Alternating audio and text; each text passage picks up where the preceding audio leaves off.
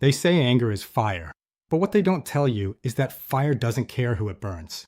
When you let it live inside you, it consumes everything: your peace, your relationships, your sense of reason. And when the flames finally fade, you realize the ashes left behind were your own life. Today, we'll explore 8 ways anger destroys you, not through punishment from the world, but through the invisible war you start within yourself. Marcus Aurelius once said, "The best revenge is not to be like your enemy." Yet every time you lose control, you become a mirror of the very thing you hate. Anger whispers that it's power, but it's only dependency. You stop choosing your actions and start reacting to your pain. The Stoics taught that freedom begins when reason takes back the throne. And the longer anger rules you, the more you forget how to think and only know how to strike. What begins as a wound becomes a mask. You start defining yourself by what hurt you, by who betrayed you. Suddenly, your story is no longer about healing, it's about revenge. Seneca warned, "He who seeks revenge keeps his wounds open." And he was right. You tell yourself you're strong because you're angry, but it's just a new form of weakness, wearing armor made of scars. You become the prisoner who guards his own cell. Anger doesn't see clearly. It doesn't reason, it reacts. It makes you rewrite reality until you're always the victim and everyone else is the enemy. Even the calmest words sound like attacks. Even kindness looks like manipulation. You stop hearing, you only wait for your turn to shout. And in that noise, truth dies quietly, unnoticed. Most people think anger kills through fights and explosions, but it also kills through silence, distance, and cold looks. You start punishing others for mistakes they never made. The people who love you begin to walk on eggshells.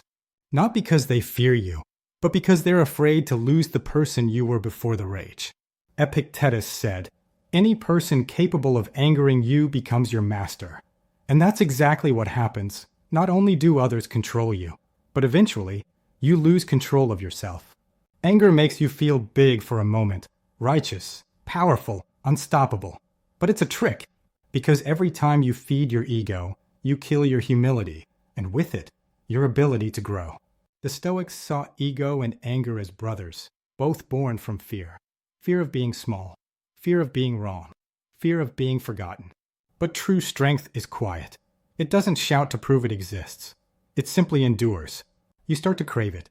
You replay arguments in your head like a favorite song. You look for enemies where there are none, because the conflict gives you purpose. The rush of rage becomes your new identity. But here's the truth. Addiction to anger is worse than addiction to any drug. Because no one pities you. No one tries to save you. You burn in silence, convincing yourself you're in control, while your emotions hold the match. Your body doesn't know the difference between emotional war and real war. Every burst of rage floods you with poison, adrenaline, cortisol, stress hormones. Your heart races. Your mind fogs. Your body decays. And slowly, the anger you thought was protecting you starts killing you from within. Seneca called anger a brief madness.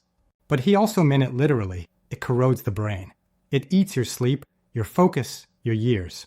The Stoics believe that peace is the ultimate victory, but you can't reach it while holding a sword against the world. Every time you feed your rage, you close the door to wisdom. Because peace doesn't come when the war ends. It comes when you refuse to fight battles that no longer matter. You realize that most of what you were fighting was never against them. It was against yourself. So what do you do when the fire is already inside you? The answer isn't to suppress it. It's to understand it. As Marcus Aurelius wrote, you have power over your mind, not outside events. Realize this, and you will find strength.